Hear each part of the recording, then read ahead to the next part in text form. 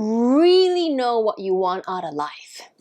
Big question. Sometimes the simplest approach is the best approach. Okay, real talk. As someone who grew up in a conservative Asian society like Singapore, where you do as you're told, don't question what your elders know is good for you. And instead of going to law school, I went to film school. And now I am an executive producer in the creative industry, but I also teach yoga and meditation, and I now live in Amsterdam in the Netherlands. So yeah, I'm not a doctor, lawyer, engineer. So I guess I don't really fit into the typical box that Asian society loves to put you in. But hey, I'm doing what I want. But the path to knowing what you want is not easy, and I still struggle with this, especially when you've grown up being told what to do and not questioning it. Learning to find your voice, but more importantly, learning to trust that voice inside is a huge learning. And that's what the combined practices of meditation and journaling have really taught me. While they're great practices on their own, together they are a powerhouse. Meditation helps you to sit and be and feel into what's there. And journaling helps to bring everything bubbling beneath the surface out into the open, or at least onto a page. We're really learning how to trust that inner voice, or at least start to take action to uncovering your innermost wants. So I have 10 journaling prompts in this video you can use after a meditation session. In my part 1 video, I've got 10 journal prompts for before meditation, so you can pick and choose what works for you. I've got all 20 journaling prompts you can download in an easy list. I'll put a link in the description or in the comments below, along with a link to part 1 of this video. The idea is you use any of these prompts. You can pick one only or combine any of these together as questions to feel into after you meditate. So you're using these prompts or questions as an inquiry practice. It's best to also have a journal and a pen with you while you're doing this, so give yourself the 5, 10, or 15 minutes to sit, quieten the mind and heart, and then feel into any of the prompts I'll give you in a second. You can set a timer for this, or if you like, I've also got unguided meditations you can use. You guide yourself with these prompts. I'll link to them in the description below too. Finish this sentence. I feel. You might have asked yourself this before you started meditating, but it's also good to ask yourself the same question again after you've meditated to see what's present.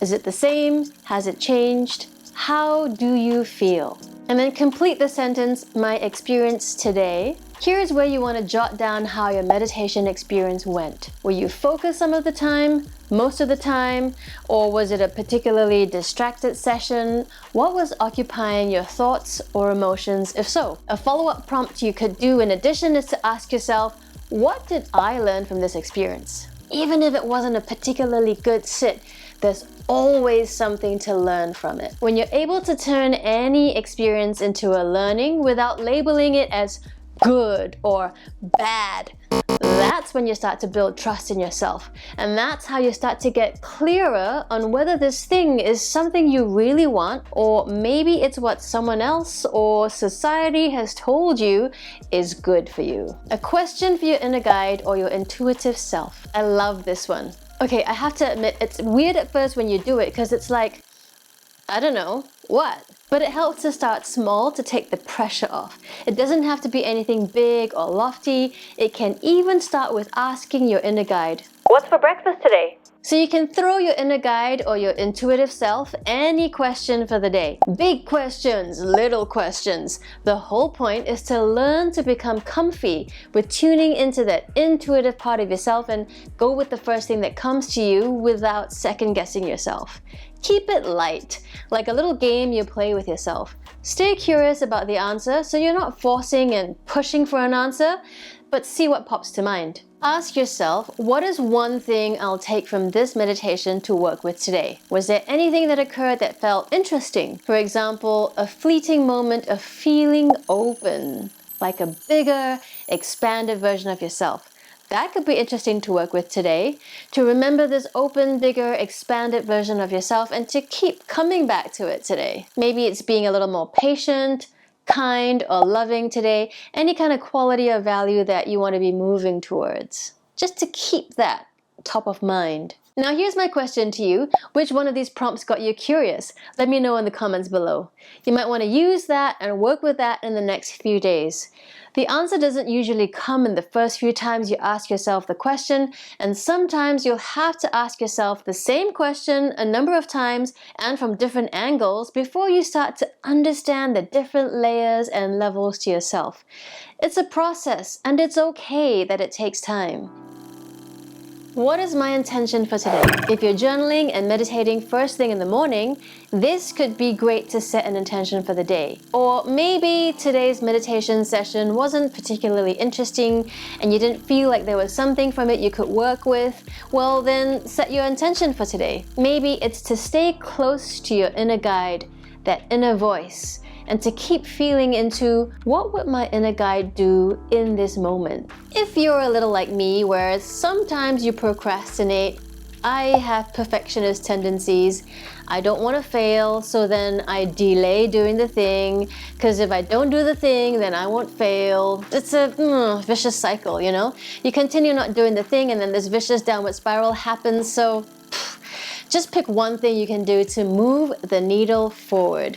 One thing you can do today that would make you proud of yourself. Another thing us perfectionist procrastinators love to do is to overcomplicate things. We overthink things and then we think ourselves into a corner. So just ask yourself, what would my life look like if this was easy? It's really helped me to just cut the crap. Simplify, no need to be perfect. Doing is better than stalling. Take a leaf out of Marie Kondo's book. Stay close to the things that bring you joy and declutter everything else. But if, like me, you've been told what to do for most of your childhood, it might be hard tuning into the things that spark joy. But take a beat and feel into it. It doesn't have to be anything that's productive, that makes money or has value in this consumerist world. Sometimes it's the simple things we did as kids, like dancing, drawing, making music. The clues to what you really want lie in the things that bring you joy. And this often isn't a linear progression. Like for me, dance was a huge joy as a kid. But then I tore a knee ligament when I fell off my point shoe doing a pirouette, and then that was the end of my dance career. But then I found yoga, a movement practice with some overlap with dance, kinda sorta, but a whole other deeper aspect to self-understanding. And that took me on a whole other journey with yoga. And it's not like I teach yoga as my full-time thing now, but even what I do here on this channel is related to yoga and all of these deeper aspects to self-understanding. And sharing that with you brings me so much joy and fulfillment. So sometimes you just never know where you're going, but the clues are there in what brings you joy. What is my why? Okay, this one is probably a little more advanced in that it helps if you've been spending some time already in this self-inquiry process, but it does help to stop and feel into your why. For example, you want to know what you really want in life? Why? Think about it for a second. Is it because you want riches, fame, money? Is it because you're unhappy, unfulfilled with what you're doing now? Well then, what's the opposite of that? What would happiness and fulfillment look like to you, and why is that important? Sometimes we're on this hamster wheel and we don't ask ourselves why. Often the path to creating an alternative life can be difficult, and if you don't have a strong enough why, you're going to stop doing the thing. So it helps to feel into what your why is and to keep that as your North Star, because you're going to need it when the going gets tough. If you want all of these prompts, including the ones from part 1, the download link is in the description below. I might put it up there too. This is part 2 of a 2-part series. Essentially, in part 1, we learned how to get quiet and tune into your inner world. Because how can you know yourself and what you really want if you haven't learned to listen to what is present? So you might want to start at part 1 first. Another way to get out of feeling stuck and becoming clearer with what you want your life to look like is to declutter your spaces. I've got 4 major ways I do this. You might want to check that out next. I hope this helped you find more grace, ease, and flow in your busy life, and I'll see you in the next one.